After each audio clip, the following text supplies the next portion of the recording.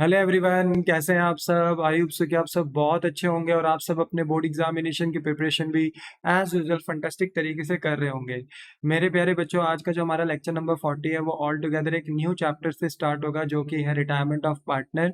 Basically आपको इस chapter में पढ़ना है बेटा कि अगर कोई पार्टनर अपने कनेक्शंस को कट कर देता है, पार्टनरशिप फर्म से यानी छोड़कर चला जाता है, तो ऐसे में फिर हम रिटायरमेंट ऑफ पार्टनर के ओकेजन में किस तरीके से अकाउंटिंग कर सकते हैं।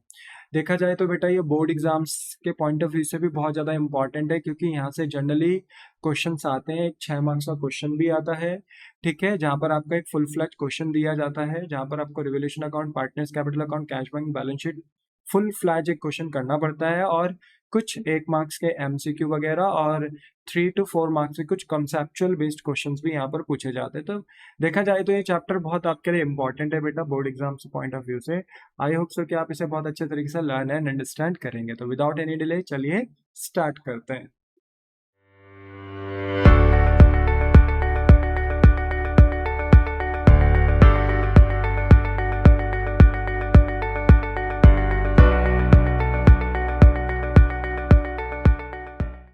ना एवरीवन बेटा, जो आपका चैप्टर नंबर 5 है रिटायरमेंट ऑफ पार्टनर, अगर आप यहाँ पर बेटा अपने कंसेप्ट को क्रिस्टल एंड क्लियर करना चाहते हो तो आपको पता होना चाहिए कि इस चैप्टर को किस तरीके से हमने सिस्टमैटिकली तरीके से पढ़ना है ना। आपको अपना एक रोड मैप पता होना चाहिए, पॉइंट टू बी स्टडी पता होना चाहिए कि इस चैप्टर के अंदर एक्चुअल में आप पढ़ोगे क्या।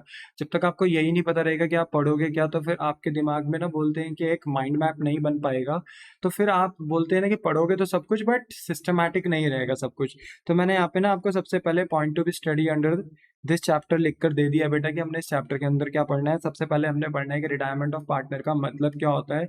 फिर हमने ये देखना है कि अगर कोई पार्टनर फर्म से बोलते हैं ना अपने कनेक्शंस कट आउट कर देता है, यानी फर्म को छोड़कर चला जाता है, तो फिर ऐसे में जो बचे हुए पार्टनर्स हैं, है ना, तो उनके बीच में न्यू रेशो क्या होने वाला है। तो कैसे न्यू रेशो कैलकुलेट करते हैं वो देखेंगे बेटा। और जब पार्टनर बेटा अपना कोई भी पार्टनर जब बिजनेस से कनेक्शन कट आउट करता है, यानी फर्म को छोड़कर चले जाता है, यानी रिटायरमेंट ले लेता है, तो उसकी वजह से बेटा बचे हुए पार्टनर्स के बीच में रेशो चेंज हो जाता है, यानी एग्रीमेंट चेंज हो जाता है, यानी रिकॉन्स्टिट्यूशन हो जाता है। और जब रिकॉन्स्टिट्यूशन होता है यानी रेशो वगैरह चेंज होता है, तो बेटा हमको पता ही है, ये हमने chapter number 3 change in PSR and chapter number 4 admission of partner में ये देखा है कि जब भी रेशो चेंज हो जाता है तो इससे किसी को फायदा किसी को नुकसान होता है। बेसिकली यहाँ पर बेटा जो पार्टनर अपना शेयर छोड़कर जाता है, लाइक अगर 3 पार्टनर है ए बी सी, तो सी अगर फर्म से बेटा अपने कनेक्शन कट आउट कर रहा है यानी रिटायरमेंट ले रहा है फर्म से, तो फर्म में अब जो पार्टनर बच गए हैं वो है ए एंड बी। पहले रेशो था किनके बीच में, ए बी सी के बीच में, बट अब रेशो किनके बीच में रह जाएगा, ए और बी के बीच में। तो यहाँ पर ना बेसिकली जो पार्टनर फर्म को छोड़कर जाता है वो तो अपना शेयर छोड़कर जा रहा है, तो वो पार्टनर ना सेक्रीफाइस करता है क्योंकि वो अपना शेयर छोड़ रहा है। पर जो बचे हुए पार्टनर है ना, वो क्या करते हैं, रिटायरिंग पार्टनर का शेयर एक्वायर कर लेते हैं, ले लेते हैं। वो बोलते हैं ना रिटायरिंग पार्टनर का शेयर, कौन, remaining partner like A and B किसका शेयर ले लेंगे, सी का शेयर, क्योंकि सी फर्म को छोड़कर जा रहा है, तो जितना भी सी का शेयर है वो ए और बी एक्वायर कर लेंगे। तो बेसिकली ना यहाँ पर जो रिमेनिंग पार्टनर्स होते हैं, जो पार्टनर्स बच जाते हैं, उनका ना मेजोरिटी ज़्यादा होता है, क्योंकि जो पार्टनर बच गए हैं वही गेन कर रहे होते हैं, क्योंकि वही रिटायरिंग पार्टनर का शेयर ले रहे होते हैं। तो यहाँ पर ना मेजोरिटी पार्टनर ना गेन करते हैं, इसलिए इस चैप्टर में हम बेसिकली गेनिंग रेशो कैलकुलेट करते हैं। देखा जाए जो रिटायरिंग पार्टनर है वो तो बेटा अपना शेयर छोड़ रहा है, वो तो सेक्रीफाइस करेगा। तो सेक्रीफाइस करने वाला पार्टनर सिर्फ एक, जो कि रिटायरिंग पार्टनर है, और गेन करने वाले पार्टनर हैं दो, ए एंड बी, जो रिटायरिंग पार्टनर यानी सी का शेयर एक्वायर कर रहे हैं। तो कहने का मतलब है यहाँ गेनिंग पार्टनर की मेजोरिटी ज्यादा है, इसलिए इस चैप्टर में हम सेक्रीफाइसिंग रेशो ना कैलकुलेट कर गेनिंग रेशो कैलकुलेट करेंगे। बोलो ठीक है, और कैसे होगा वो अभी हम देख लेंगे। फोर्थ पॉइंट में बेटा हमने देखना है कि कभी कभी बेटा जब पार्टनर छोड़कर जाता है फर्म को, रिटायरमेंट लेता है फर्म से कोई पार्टनर, तो ऐसे में उस पार्टनर ने बेटा जब वो था फर्म में, तो उसने अपना हार्ड वर्क, एफर्ट, टाइम सब दिया फर्म को आगे बढ़ाने में, रेपुटेशन को बिल्डअप करने में। ना वो फर्म को छोड़ रहा है बेटा, अब जा रहा है वो फर्म को छोड़ के, तो यहाँ पर रिटायरिंग पार्टनर डिमांड करता है फर्म से कि मैंने जितना हार्ड वर्क, टाइम, एफर्ट दिया है इस फर्म की गुडविल को बिल्डअप करने से, प्लीज उतना अमाउंट मुझे पे कर दिया जाए।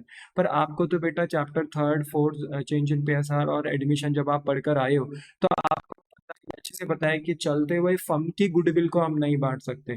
ठीक है, बैलेंस शीट के अंदर जो परचेज गुडविल होती है उसको राइट ऑफ किया जा सकता है, पर जो फर्म गुडविल है उसको तो बिल्कुल बांटा नहीं जा सकता। तो ऐसे में अगर रिटायरिंग पार्टनर गुडविल मांग रहा है फर्म से, तो फर्म गुडविल कैसे दे? तो बेटा जो बचे हुए पार्टनर है ए और बी, क्योंकि वो सी का शेयर ले रहे हैं, उनको फायदा होगा भविष्य में, वो गेन कर रहे हैं, तो ए और बी से ना गुडविल लेकर, गेनिंग पार्टनर से गुडविल लेकर किनको दे दी जाती है? रिटायरिंग पार्टनर को दे दी जाती है। मतलब रिटायरिंग पार्टनर को जितनी गुडविल देनी है ना, वो कौन देता है? पर्सनली रिमेनिंग पार्टनर जितने से वो गेन कर रहे होते हैं। तो बेसिकली ना यहाँ रिटायरिंग पार्टनर के जब हम गुडविल निकालते हैं बेटा, तो रिटायरिंग पार्टनर को गुडविल बेसिकली कौन देगा? Gaining partner. और कौन से रेशो में देंगे? गेनिंग रेशो में देंगे। तो इसलिए गेनिंग रेशो बहुत ज्यादा इंपॉर्टेंट हो जाता है।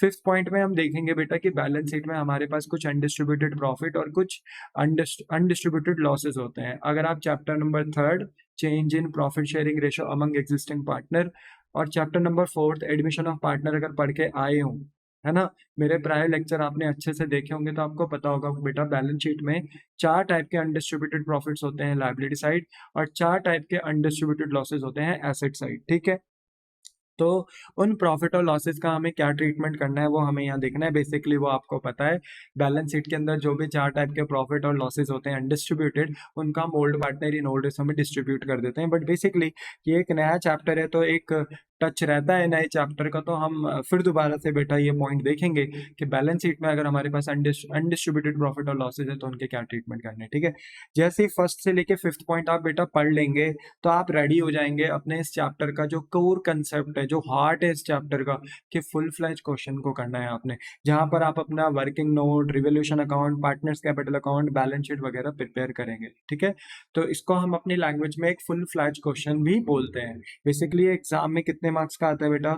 6 मार्क्स का आता है, तो बी रेडी फॉर दैट। ठीक है, आप 6 मार्क्स बिल्कुल भी अपने हाथ से जाने नहीं दे सकते, ये बात आपको ध्यान में रखनी है। ठीक है, बट आप बेटा जब फुल फ्लैज क्वेश्चंस करोगे, तो आप देखोगे बेटा कभी कभी हम पार्टनर्स के कैपिटल में बोलते हैं ना कि एडजस्टमेंट भी करते हैं, मतलब पार्टनर्स के कैपिटल को रीएडजस्ट करते हैं, और कभी कभी नहीं करते। तो अगर हम पार्टनर्स के कैपिटल को रीएडजस्ट कर रहे हैं, तो ऐसे में हम उसे कहते हैं विद एडजस्टमेंट ऑफ कैपिटल, और अगर हम पार्टनर्स के कैपिटल को रीएडजस्ट नहीं करते हैं तो उसको बोलते हैं विदाउट एडजस्टमेंट ऑफ कैपिटल। तो बेटा जब हम फुल फ्लैज क्वेश्चन करेंगे लास्ट में जाके, तो वहां पे देखेंगे हमारे पास ना फुल फ्लैज क्वेश्चन 2 पार्ट्स में डिवाइड होते हैं। एक विदाउट एडजस्टमेंट ऑफ कैपिटल, जहां पर हम अपने पार्टनर्स के कैपिटल को बिल्कुल एडजस्ट नहीं करते। ठीक है, और एक हमारा फुल फ्लैज क्वेश्चन होगा सेकंड पार्ट का, जहां पर हम पार्टनर्स के कैपिटल को भी एडजस्ट करेंगे। ठीक है, हमें नहीं पता कि question with adjustment of capital से आएगा कि विदाउट, बट जहां से भी आए हमें तो रेडी रहना है। तो this is the road map जो आपको इस चैप्टर में पढ़ना है। ठीक है, जहां पर हम सबसे पहला पॉइंट बेटा क्या पढ़ रहे हैं? What do you mean by retirement of partner, ये क्वेश्चन भी और ये पॉइंट भी है। ठीक है, तो अगर आपसे पूछा जाए कि what do you mean by retirement of partner, actually में रिटायरमेंट ऑफ पार्टनर का मतलब क्या होता है? तो रिटायरमेंट ऑफ पार्टनर का मतलब होता है कि बेटा अ पार्टनर, वो पार्टनर जो कट कर देता है अपने सारे के सारे कनेक्शन, पार्टनर हु कट इस connection with the firm, firm के साथ उसने सारे कनेक्शन कट आउट कर दिए हैं, ऐसे में उस पार्टनर को बोला जाता है is called a retiring partner और आउट गोइंग पार्टनर। ठीक है, अच्छा देखो जनरली क्या होता है बेटा कि जब एक पार्टनर बिजनेस को छोड़कर चला जाता है, तो ऑब्वियस सी बात है अब जो बचे हुए पार्टनर है वो फर्म को चलाएंगे। पहले एबीसी, मान लो let be suppose ABC partner थे, तो ये फर्म को चलाते थे, बट सी के जाने से अब फर्म को कौन चलाएंगे? ए और बी। तो पहले रेसो एग्रीमेंट किसके बीच में था? एबीसी के बीच में, बट अब एग्रीमेंट किसके बीच में क्रिएट हो जाएगा? ए और बी के बीच में। तो बोलो क्या रिकॉन्स्टिट्यूशन हुआ? क्या एग्रीमेंट हुआ? क्या रेशो चेंज हो गया ए और बी के बीच में? हाँ, पहले जब सी भी था तो रेशो कुछ और रहता था, बट अब सी नहीं है तो अब रेशो कुछ और हो जाएगा। तो कहने का मतलब है कि रिटायरमेंट की वजह से ना, रिटायरमेंट ऑफ पार्टनर की वजह से lead to reconstitution of the partnership firm, partnership firm में रिकॉन्स्टिट्यूशन आ जाता है बेटा। ठीक है, क्योंकि ओरिजिनल एग्रीमेंट जो होता है ना पार्टनर्स के बीच में, जो एबीसी के बीच में एग्रीमेंट था वो खत्म खत्म, अब किसके बीच में एग्रीमेंट होगा? ए एंड बी के बीच में एग्रीमेंट होगा। बोलो क्लियर है? तो यही बात यहाँ पे लिखी हुई है, सिंपल। पर सर एक बार बताओ ना, एक पार्टनर रिटायरमेंट लेता क्यों होगा फर्म से? There there may be many बोलते हैं ना रीजंस बेटा, जहाँ पर वो रिटायरमेंट ले सकता है।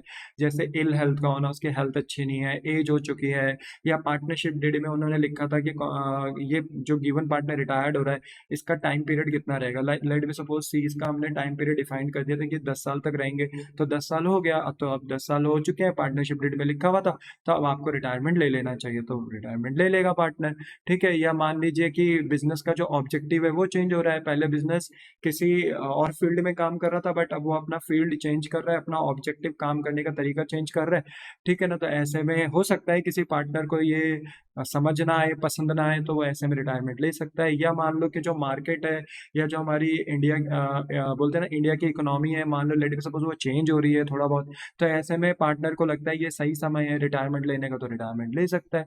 There may be a many chances जहां पर वो या रीजंस जहां पर वो रिटायरमेंट ले सकता है, ठीक है। बोलो बात समझ में आ गई? हाँ सर, आगे चलो, समझ में आ गया। फिर दूसरा पॉइंट होता है बेटा कि जब देखो रिकॉन्स्टिट्यूशन होता है तो ऑब्वियस सी बात है, रेशो चेंज होता है, एग्रीमेंट चेंज होता है, तो रेशो भी चेंज होता है। तो रेशो चेंज होने की वजह से ना बेटा किसी को फायदा किसी को नुकसान होता है। और मैं ये बता चुका हूँ बेटा कि यहाँ पर ए बी सी तीन पार्टनर है, लेट बी सपोज सी जा रहा है, तो सी का जो शेयर है वो फर्म में रह जाएगा, और वो शेयर जो सी का है वो कौन ले लेंगे? रिमेनिंग पार्टनर ए और बी, ठीक है। तो अगर मान लो तीन पार्टनर है, ठीक है, ए बी एंड सी, उनके बीच का रेशो है 3:2:1, और सी रिटायर्ड हो रहा है, तो सी का शेयर कौन ले लेंगे? ए और बी, जो बचे हुए पार्टनर है। तो जो बचे हुए पार्टनर है ना बेटा, वो गेन कर रहे होते हैं, क्योंकि वो ना रिटायरिंग पार्टनर का शेयर एक्वायर कर लेते हैं, ले लेते हैं। और जो पार्टनर बेटा रिटायर करता है ना, वो सेक्रीफाइस करता है। तो आप मुझे बताओ यहाँ पे मेजोरिटी किसकी ज्यादा है? सर रिमेनिंग पार्टनर्स की। तो इन्हीं रिमेनिंग पार्टनर्स को ना गेनिंग पार्टनर्स भी बोला जाता है, और इन्हीं से गेनिंग रेशो भी निकल कर आता है, क्योंकि मेजोरिटी इनकी ज्यादा है, इसलिए इस चैप्टर में गेनिंग रेशो कैलकुलेट होता है। तो गेनिंग रेशो क्या है बेटा? गेनिंग रेशो एक ऐसा रेशो है जो आपको हेल्प करता है टू मेजर द प्रोपोर्शन, यानी मेजर करने में कि वो शेयर क्या है जिसमें फर्म्स रिमेनिंग पार्टनर एक्वायर कर रहे हैं रिटायरिंग पार्टनर और डिजीज पार्टनर का शेयर, ठीक है। तो गेनिंग रेशो फिर से बोल देता हूँ, गेनिंग रेशो एक ऐसा रेशो है जो आपको हेल्प करता है, मदद करता है ये जानने में, मेजर करने में कि वो कौन सा शेयर है या रेशो है जिसमें फर्म के जो रिमेनिंग पार्टनर्स हैं वो एक्वायर कर रहे हैं किसका शेयर? रिटायरिंग पार्टनर या डिजीज पार्टनर का शेयर। सर रिटायरिंग तो समझ में आता है, डिजीज पार्टनर शेयर क्या है बेटा? देखो डिजीज पार्टनर शेयर का मतलब होता है डेथ ऑफ पार्टनर। देखो बेटा retirement of partner, death of partner ना काफी हद तक मिलते जुलते सिमिलर चैप्टर्स हैं, क्योंकि ये रिटायरमेंट ऑफ पार्टनर है बेटा चैप्टर नंबर 5, इसके बाद चैप्टर नंबर 6 स्टार्ट होगा डेथ ऑफ पार्टनर। तो दोनों चैप्टर ना काफी हद तक सिमिलर सिमिलर है, हाँ थोड़ा बहुत अलग भी है इनमें, वो हम देख लेंगे जब डेथ ऑफ पार्टनर में आएगा, बट काफी हद तक सिमिलर भी है। तो यहाँ पर भी बेटा देखो पार्टनर रिटायर्ड हो रहा है, यहाँ पर बिजनेस छोड़कर जा रहा है पार्टनर, और डेथ ऑफ पार्टनर में भी पार्टनर बिजनेस को छोड़कर जाता है। बस अंतर इतना है कि रिटायरमेंट में पार्टनर बोलते हैं ना जिंदा रहकर जा रहा होता है, लिव करके जा रहा होता है, बट डेथ ऑफ पार्टनर में वो जिंदा ही नहीं रहता बेटा, भगवान का बुलावा आ जाता है, वो चला जाता है, ठीक है, भगवान जी के पास। तो कहने का मतलब है कि एक में वो जिंदा रहता है और लिव रहता है और चला जाता है फिर छोड़कर, और एक में वो डाइड हो जाता है और डाइड होकर बिजनेस को छोड़ देता है, बस ये अंतर है, ठीक है। बट आप देखेंगे इस चैप्टर में भी हम गेनिंग रेशो का इस्तेमाल करेंगे, और डेथ ऑफ पार्टनर में भी हम गेनिंग रेशो का ही इस्तेमाल करेंगे। अच्छा, गेनिंग रेशो का फॉर्मूला क्या होता है? गेनिंग रेशो का फॉर्मूला होता है new ratio minus old ratio.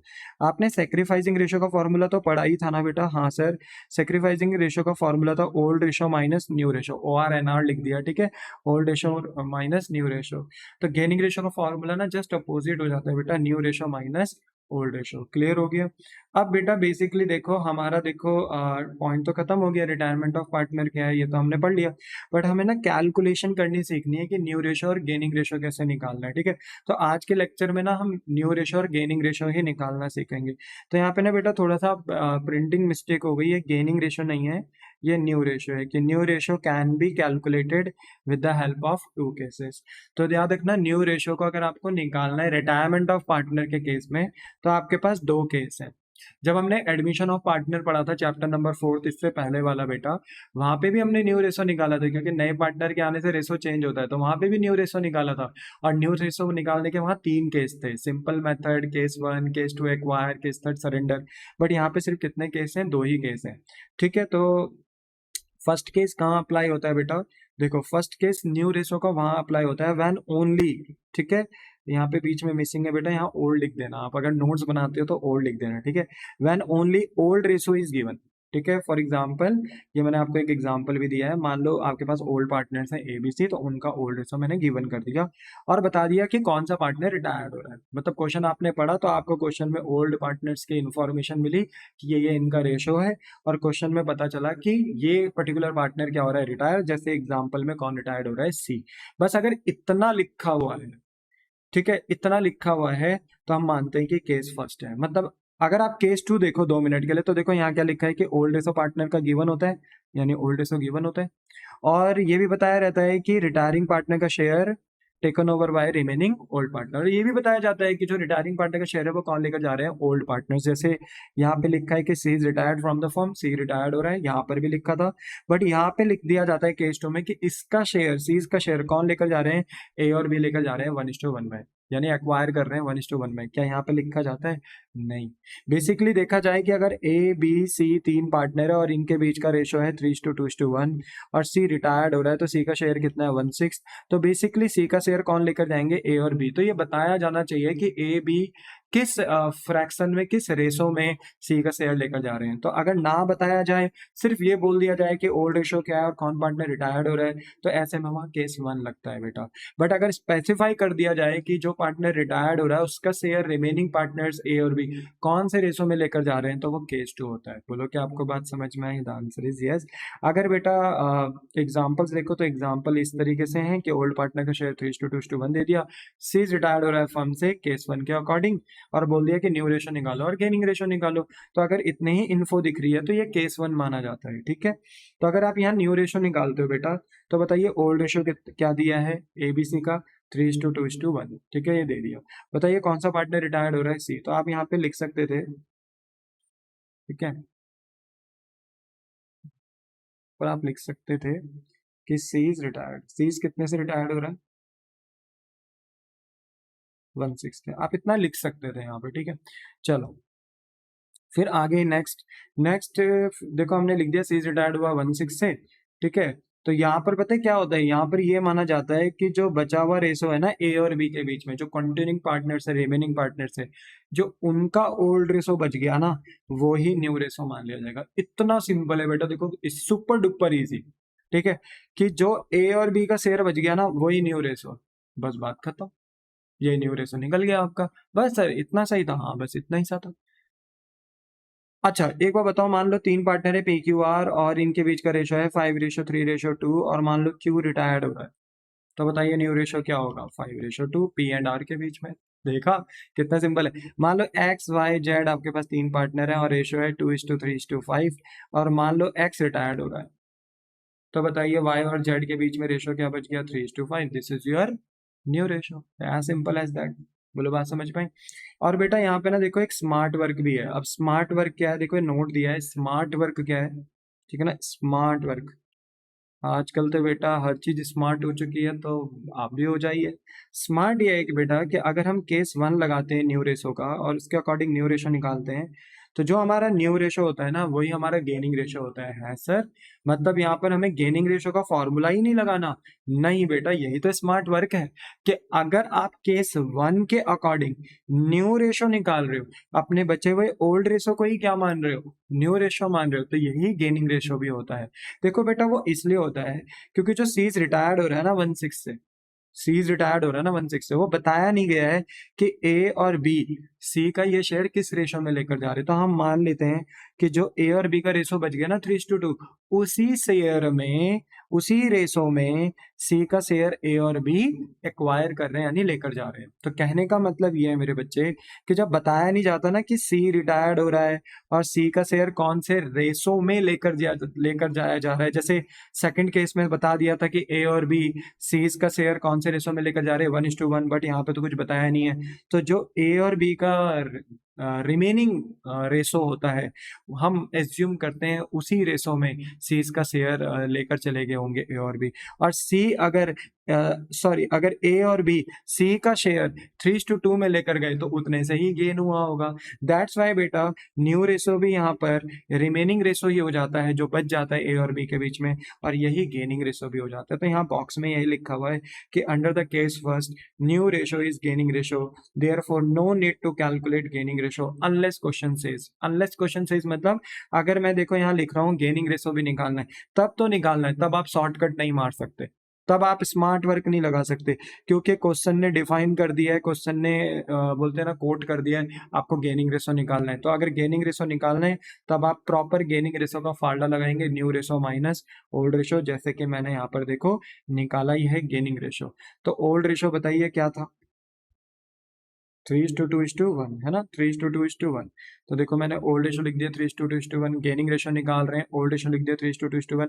New ratio बेटा अभी अभी निकाला है 3:2, तो न्यू रेशो 3:2 हो गया। गेनिंग रेशो का फॉर्मूला चिपका देंगे, new ratio minus old ratio बेटा, और ए और बी का निकालेंगे गेनिंग, सी का थोड़ी निकालेंगे क्योंकि सी तो फर्म को छोड़कर जा रहा है, वो तो लीव कर रहा है, इसलिए मेरे बच्चे यहाँ पे ए और बी का ही गेनिंग रेशो निकलेगा। तो 3/5 2/5 ये न्यू रेशो है ए और बी का, है ना, तो 3/5 2/5 हो जाएगा। 3:2 है मतलब फर्म का टोटल शेयर है 5, 5 में से 3 ए को मिलता है, 5 में से 2 बी को मिलता है, तो ये हो गया 3/5 2/5। माइनस करेंगे बेटा, फॉर्मूले में माइनस है तो माइनस हो जाएगा, और माइनस करेंगे ओल्ड रेशो को बेटा। अब आप मुझे जरा ध्यान से बताइए कि ए का ओल्ड रेशो क्या है। अब देखो जब पुरानी फर्म थी, पुराना एग्रीमेंट था, तो फिर फर्म का शेयर क्या चलता था 6, फर्म का टोटल शेयर था 6, 6 में से 3 टाइम्स यानी 3/6 किसका था ए का, और 6 में से 2 टाइम्स यानी 2/6 किसका था बी का। अब अगर आप एलसीएम लेते हो तो 5 और 6 का एलसीएम 30 होता है बेटा। बताइए 5 के टेबल में 30 कितना टाइम्स आता है, 6 टाइम्स 6 3 जा 18, 6 के टेबल में 30 5 टाइम 5 3 जा 15, 18 में से 15 जाएगा, 3/30 बचेगा, और आप देखिए आंसर पॉजिटिव आ रहा है। पॉजिटिव का मतलब है आपने गेनिंग रेशो का फॉर्मूला लगाया और पॉजिटिव में आंसर आया, मतलब ये गेनिंग रेशो को सपोर्ट करता है, मतलब ये ए पार्टनर गेन कर रहा है। सर अगर नेगेटिव आ जाता तो इट मीन्स फिर ये गेन नहीं, ये सेक्रीफाइस करता। पर सर आपने तो बोला है कि जो रिमेनिंग पार्टनर्स होते हैं वो गेन करते हैं, अमूमन गेन ही करते हैं बेटा, पर हो सकता है रेयर सिचुएशन में कि कभी कभी रिमेनिंग पार्टनर्स भी क्या कर जाएं, रिमेनिंग पार्टनर में से कोई एक आधा पार्टनर क्या कर जाए बेटा, सेक्रीफाइस। सारे तो नहीं, वरना गेन कौन करेगा, सारे तो नहीं, बट एक आधा ऐसा हो सकता है कि रिमेनिंग में कभी कभी कोई क्या कर जाए, सेक्रीफाइस। वैसे तो 99% केसेस में पार्टनर हमेशा क्या करेगा, गेन, जो रिमेनिंग पार्टनर्स होंगे जो बच जाएंगे, बट कभी कभी सेक्रीफाइस हो सकता है, कभी कभी बेटा, ठीक है। चलो फिलहाल तो पॉजिटिव आया है, इसका मतलब है ए गेन कर रहा है, और अगर बी का देखें तो इसका भी एलसीएम 30 आएगा, 5 और 6 का बेटा। 5 के टेबल में 36 टाइम 6 2 जा 12, 6 के टेबल में 35 टाइम 5 2 जा 10, 12 में से 10 जाएगा तो बेटा पॉजिटिव का रहा है 2/30, अगेन पॉजिटिव आ रहा, मतलब ये गेनिंग रेशियो को सपोर्ट कर रहा है। अब आप बताइए दोनों के एलसीएम सेम हो गए, हाँ दोनों के डिनोमिनेटर सेम है, तो यहाँ पे एक टेम्परेरी एक रेशो ओपन हो जाएगा जिसको हम कहेंगे गेनिंग रेशो, जो कि हो जाएगा 3:2।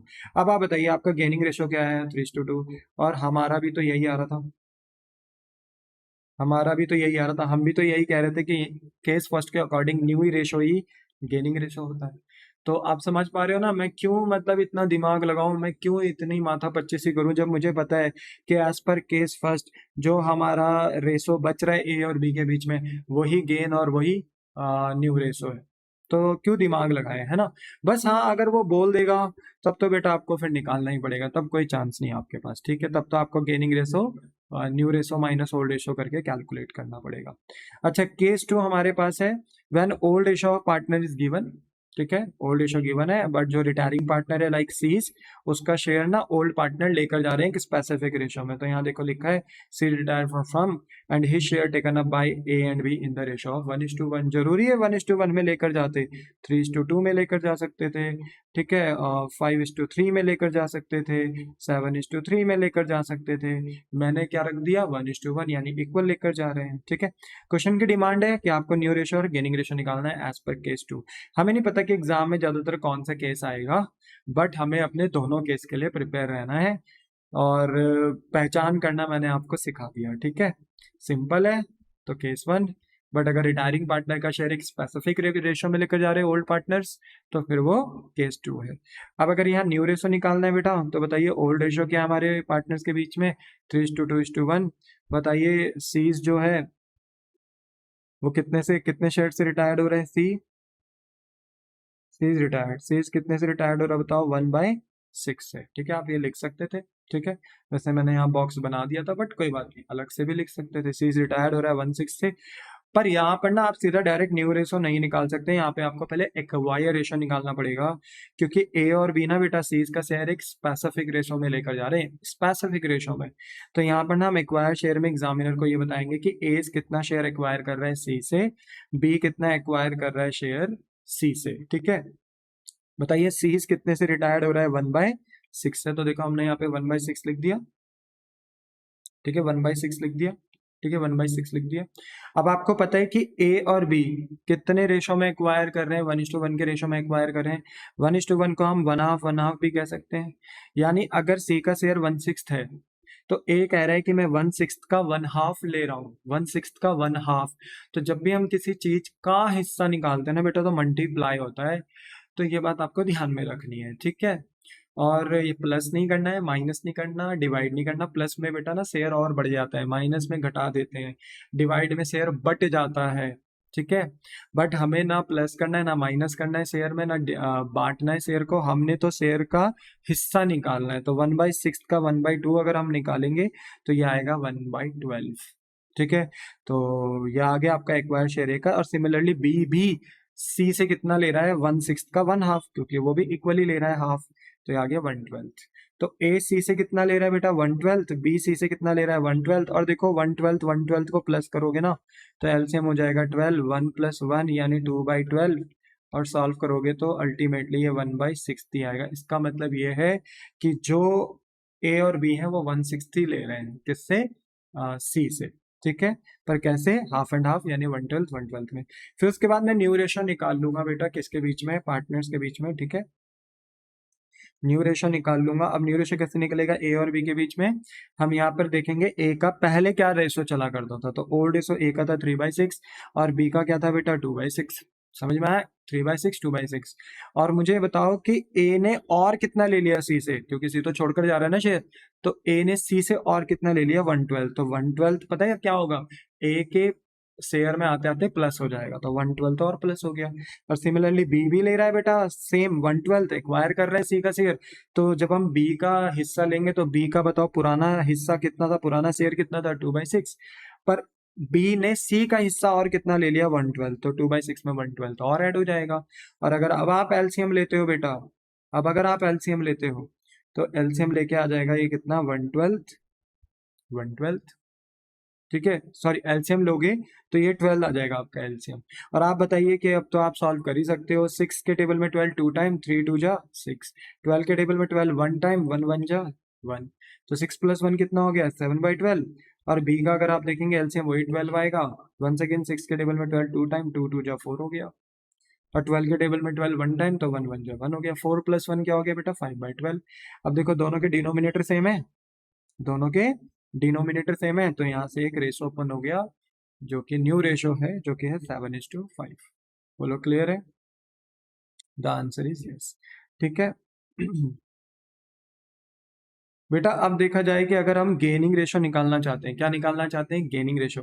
तो गेनिंग रेशो कैसे निकल सकता है, देखो तो गेनिंग रेशो अगर यहाँ निकालोगे तो वही फॉर्मूला लगाना पड़ेगा ओल्ड रेशो और न्यू रेशो का। तो यहाँ पर ओल्ड रेशो क्या था बताओ, 3:2:1। न्यू रेशो अभी आपने निकाला 7:5। गेनिंग रेशो बेटा formula new ratio minus old ratio. और ए और बी का गेनिंग रेशो चेक करोगे, क्योंकि रिमेनिंग पार्टनर कौन है, ए और बी, वही गेन कर रहे होंगे, तो उन्हीं का गेनिंग रेशो निकलेगा। तो बताइए न्यू रेशो ए का क्या था, 7/12, बी का क्या था बेटा, 5/12। ठीक है, ये आपने लिख दिया। और बताइए ओल्ड रेशो ए का क्या था, माइनस करेंगे, क्योंकि फॉर्मूले में माइनस है ना बेटा, new ratio minus old ratio, तो माइनस करा। और ओल्ड रेशो बताइए, ए का ओल्ड रेशो क्या है, 3/6, बी का क्या है, 2/6। एज सेम एज दैट, कुछ भी नहीं है, खत्म। ठीक है, एलसीएम लेंगे, 12 और 6 का एलसीएम 12 आएगा, और यहाँ पे भी 12 और 6 का एलसीएम 12 आएगा। ठीक है, अब आप इसको सॉल्व कर दीजिए, तो ये आ जाएगा आपका 12 के टेबल में 12 1 टाइम, 1 7 जा 7। 6 के टेबल में 12 2 टाइम्स आता है, 3 2 जा 6। 7 - 6 करोगे 1/12, पॉजिटिव में आ रहा है, इट मीन से सेक्रीफाइस कर रहा है। और अगर आप बी का भी निकालोगे तो बी का एलसीएम भी 12 भी आएगा। 12 के टेबल में 12 1 टाइम, 1 5 जा 5। और 6 के टेबल में 12 2 टाइम, 2 2 जा 4। 5 - 4 करोगे तो बेटा ये 1/12 आएगा। और ये भी पॉजिटिव में आ रहा है, तो मीन्स ये भी गेन कर रहा है। तो कोई दिक्कत वाली बात नहीं है। और क्योंकि दोनों के डिनोमिनेटर सेम है तो गेनिंग रेशो ओपन हो गया 1:1। और अब आप एक चीज बताओ, क्या आपको क्वेश्चन पढ़ते साथ ही नहीं पता था कि हमारा गेनिंग रेशो क्या है 1:1? क्योंकि ए और बी जितना शेयर, जिस रेशो में ए और बी रेशो एक्वायर करेंगे किसका, सी का, उतने से ही ए और बी को गेन होगा। तो ए और बी सी का शेयर कौन से रेशो में लेकर जा रहे हैं 1:1 में, तो यही गेनिंग रेशो है। और देखो हमारा भी गेनिंग रेशो क्या है 1:1। यानी एज पर सेकंड केस हमारा शॉर्टकट स्मार्ट वर्क क्या है कि जो एक्वायर रेशो होता है, जिस रेशो में ओल्ड पार्टनर क्या कर रहे हैं, रिमेनिंग पार्टनर क्या कर रहे हैं, रिटायरिंग पार्टनर का शेयर एक्वायर कर रहे हैं, उसी रेशो को हम क्या मान लेते हैं बेटा, गेनिंग रेशो मान लेते हैं। बोलो बात समझ में आ गई? The answer is yes. अच्छा एक बात बताओ, मैं अगर यहाँ लिखता लेट बी सपोज कि ए और बी किस रेशो में एक्वायर कर रहे हैं शेयर, लेट बी सपोज 5:3 में, तो आप मुझे बता सकते हो शेयर में कितना कितना शेयर ले रहे हैं सी का। अगर सी का शेयर है 1/6, तो 1/6 का 5/8 कौन ले रहा है, ए, और 3/8 कौन ले रहा है, बी। अब अगर मैं देखो 5:3 ना दूं और मैं लिख दूं कि 5/8 कौन ले रहा है, ए, पर जो बैलेंस है, पर जो बैलेंस है, ठीक है, पर जो बैलेंस है, पर जो बैलेंस है वो कौन ले रहा है, बी। तो आप बता सकते हो बी कितना ले रहा है। अगर 8 में से 5 टाइम्स ए ने ले लिया तो बताइए बी कितना ले रहा है, 8 में से 3 टाइम्स, 5 और 3 8 होता है ना, तो वही। तो मैं अगर 5:3 देता तो भी 5/8 3/8 आता। बट कभी कभी ना क्वेश्चन थोड़ा सा गेम खेलता है, कहता है 5/8 ए ले रहा है, बाकी बचा हुआ बैलेंस बी ले रहा है सी का। तो यहाँ पर बच्चे कहते हैं बैलेंस कितना होता होगा, तो बैलेंस कितना हो गया 3/8, इस तरीके से, ठीक है। फिर भी अगर इसमें कोई प्रॉब्लम हो तो आप यूट्यूब के कमेंट सेक्शन में पूछ सकते हैं, हालांकि मुझे लगता है समझ में आ गया होगा, ठीक है। फिलहाल यहाँ पर मेरे बच्चे 1:1 था तो 1:1 में हमने देख लिया। बोलो क्या आपको ये बात समझ में आ गई अच्छे से? हाँ। अब बेटा देखो मैं आपको ना यहाँ पर एक पॉइंट समझाना चाहता हूँ, ठीक है। उस पॉइंट को आप देखिए, फिर मैं आपको क्वेश्चन दूंगा, फिर आप घर से क्वेश्चन करके लेकर आना, ठीक है। देखो कई बच्चे कहते हैं कि सर देखो जो गेनिंग रेशो है ना आपका, जो गेनिंग रेशो है आपका अगर आप उसका डिनोमिनेटर देखो तो वो क्या है, 12 एंड 12। अगर देख पा रहे हो 12 एंड 12, तो सर एक बात बताओ, डिनोमिनेटर इसका 12 12 है, पर न्यूमरेटर अगर को प्लस करते हैं 1 + 1, तो ये तो कितना आता है 2, ठीक है ना। ये तो 12 के बराबर हो ही नहीं रहा। और जबकि न्यू रेशो को देखते हैं तो न्यूमरेटर क्या है 7 और 5, और डिनोमिनेटर कितने हैं 12, तो 7 + 5 करते हैं तो वो किसके बराबर होते हैं 12 के। तो गेनिंग रेशो जब हम निकालते हैं तो फिर उसके न्यूमरेटर डिनोमिनेटर के बराबर क्यों नहीं होते, है ना।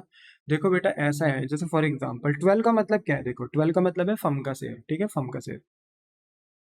तो ऐसा थोड़ी हो सकता कि अगर फर्म का शेयर 12 टाइम्स है तो रिमेनिंग पार्टनर को फायदा भी 12 टाइम्स ही हो जाए।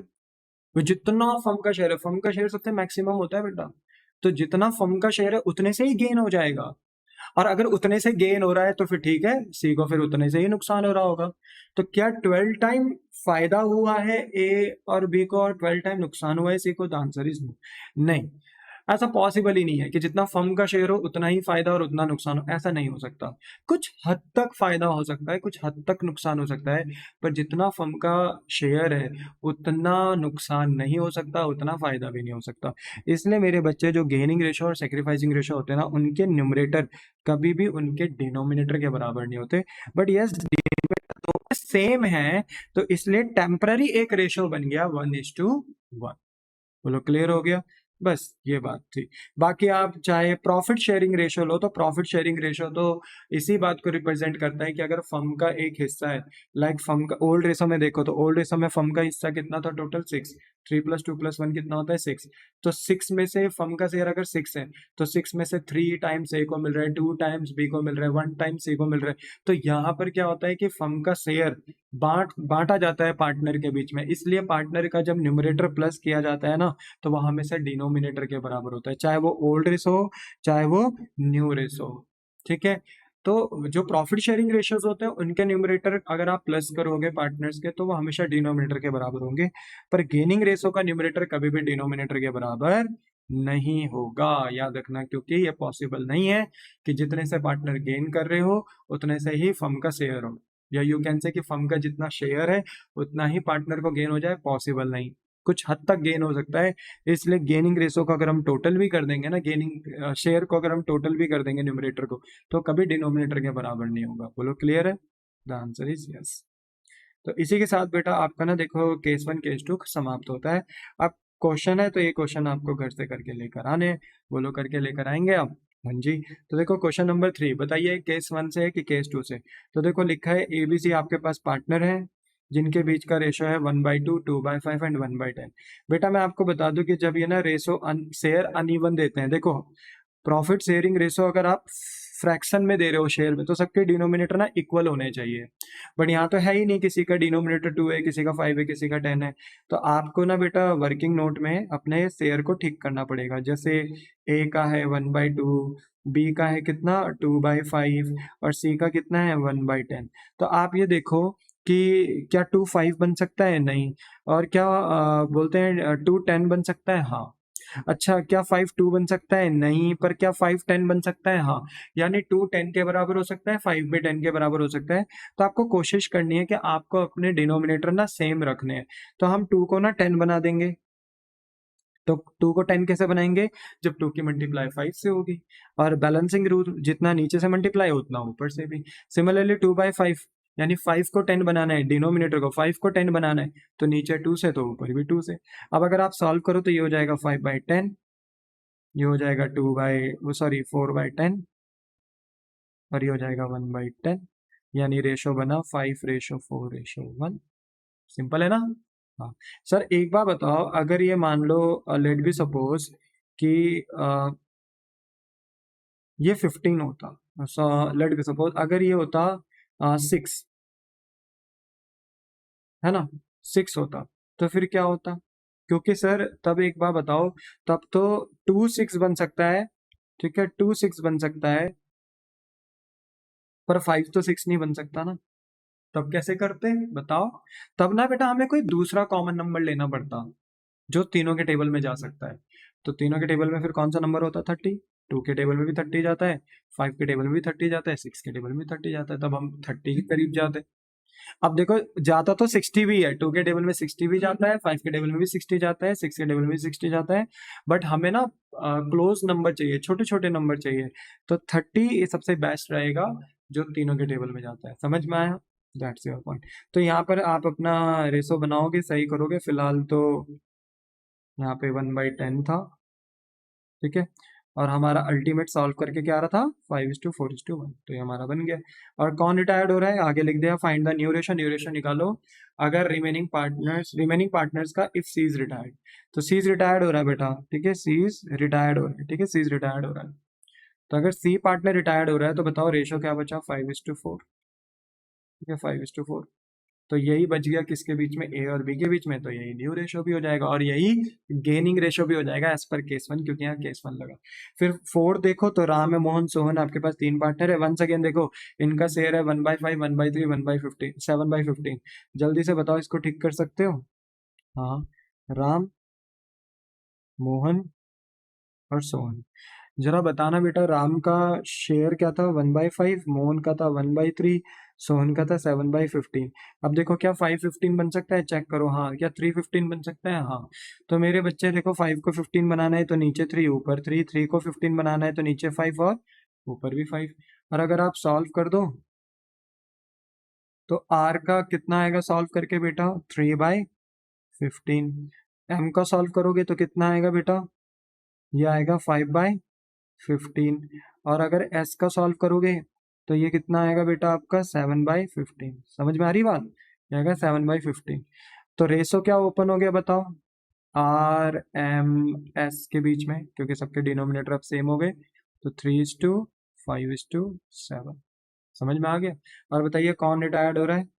सोहन, ठीक है, ये लास्ट वाला पार्टनर रिटायर्ड हो रहा है। 7/15 से पार्टनर रिटायर्ड हो रहा है, और उसका शेयर कौन लेकर जा रहे हैं? Ram and Mohan in the ratio of 3:2। तो ये कौन सा केस हो गया? ये केस हो गया आपका केस नंबर 2। जैसे मैंने केस नंबर 2 अभी कराया, cut to cut copy and paste, वैसा ही कौन करना है? ये फोर्थ वाला भी करना है। बोलो क्लियर हो गया। तो question number 9 and question number 9 का ए भी होमवर्क है और बी भी होमवर्क है, ठीक है। ए तो आप कर लोगे, अब कोई दिक्कत नहीं है। बस बी को देख लो जरा। यहाँ पे लिखा है बेटा ए बी सी आपके पास पार्टनर है जिनका रेशो है 4:3:2। सी इज रिटायर्ड हो रहा है, मतलब ये लास्ट वाला पार्टनर रिटायर्ड हो रहा है बेटा बिजनेस से। और A is acquiring 4/9 of C share. देखो आ गई वो बात कि 4/9 एक्वायर कर रहा है कौन, सी, और बैलेंस कौन एक्वायर्ड कर रहा है, बी। तो एक बार बताओ, अगर 9 में से 4 टाइम कौन लेकर जा रहा है, बी। ए लेकर जा रहा है किसका शेयर, सी का। तो बताओ बी कितना लेकर जा रहा है, 9 में से 5 टाइम्स, यानी 5/9। सिंपल वो ये भी कह सकते थे कि ए और जो बी है, ए और जो बी है वो सी का शेयर लेकर जा रहे हैं 4:5 के रेशो में, बट नहीं, उन्होंने ऐसे लिख कर नहीं दिया। उन्होंने कहा 4/9 कौन लेकर जा रहा है, ए लेकर जा रहा है किसका, सी के शेयर का। और बाकी जो बचा हुआ बैलेंस है वो कौन लेकर जा रहा है, बी लेकर जा रहा है सी के शेयर का। तो बचा हुआ बैलेंस कितना होगा, 9 में से 4 माइनस करिए, 5/9। ठीक है, बैलेंस तो इतना ही बचा ना। अगर 9 में से 4 टाइम ए लेकर जा रहा है तो बचा हुआ 9 में से 5 कौन लेकर जा रहा होगा, बी तो लेकर जा रहा होगा किसका शेयर, सी का। तो जो सी का शेयर है ना, सी का शेयर कितना है, 2/9 है ना, 2/9। तो 2/9 का 4/9 कौन लेकर जा रहा है, ए, यानी 4×2 = 8, 9×9 = 81। और बी कितना लेकर जा रहा है, ठीक है, बी कितना लेकर जा रहा है, बी लेकर जा रहा है, बी कह रहा है कि अगर सी का शेयर है 2/9, है ना, 2/9 सी का शेयर, तो मैं लेकर जा रहा हूँ 5/9 बैलेंस। तो 5×2 = 10, 9×9 = 81। ये एक्वायर्ड शेयर आएंगे जो हम निकालते थे ना, एक्वायर्ड शेयर, ये निकल कर आएगा। फिर उसके बाद हम न्यू रेशो निकालेंगे। और बता सकते हो कि गेनिंग रेशो क्या होने वाला है। अगर 4/9 ए लेकर जा रहा है तो 5/9 बी लेकर जा रहा है, तो 4:5 इज योर गेनिंग रेशो। अगर आप निकालोगे भी, न्यू रेशो निकाल लेना, उसके बाद new ratio minus old ratio करके अगर आप गेनिंग रेशो भी निकालते हो तो देखना आंसर यही आएगा, 4:5। क्योंकि जिस रेशो में एक्वायर करते हैं ना रिमेनिंग पार्टनर, रिटायरिंग पार्टनर का शेयर, वो ही रेशो दरअसल गेनिंग रेशो होता है रिमेनिंग पार्टनर्स का, है ना, एज पर केस 2। तो आप इसे करना बेटा, ठीक है, ये आपके होमवर्क है, प्रैक्टिस करना। अगर आपको कोई प्रॉब्लम होगी तो डेफिनेटली सी बात है आप नेक्स्ट क्लास में पूछ सकते हो, ठीक है। तो इसी के साथ बेटा हम आज की क्लास खत्म करते हैं। आज की क्लास में बेटा हमने रिटायरमेंट ऑफ पार्टनर का मतलब पढ़ा, न्यू रेशो कैसे निकालते हैं, गेनिंग रेशो कैसे निकालते हैं, ये देखा। अब जो हमारा नेक्स्ट लेक्चर होगा वो होगा treatment of retiring partner share of goodwill, जहां पर हम देखेंगे कि एक पार्टनर रिटायर्ड होता है तो उसको गुडविल कैसे पे ऑफ की जाती है, ठीक है। तो मिलते हैं मेरे बच्चे आपको नेक्स्ट लेक्चर में, ठीक है। आप ज़्यादा से ज़्यादा बेटा हो सके तो इस वीडियो को लाइक शेयर एंड सब्सक्राइब करें, अपने फ्रेंड्स, अपने बोलते हैं ना क्लासमेट्स के साथ इस वीडियो को शेयर करें। उन बच्चों तक ये वीडियो लेकर जाएं बेटा जो बच्चे क्लास 12th में अकाउंट्स में अच्छा परफॉर्मेंस देना चाहते हैं, ठीक है। आपके चेहरों पे, उनके चेहरों पे खुशी देख के जो मुझे खुशी मिलेगी बेटा, आउट ऑफ द वर्ड होगी, उसको मैं शब्दों में भी बयान नहीं कर सकता, ठीक है। तो चलिए मिलता हूँ नेक्स्ट लेक्चर में। टाटा बाय बाय, से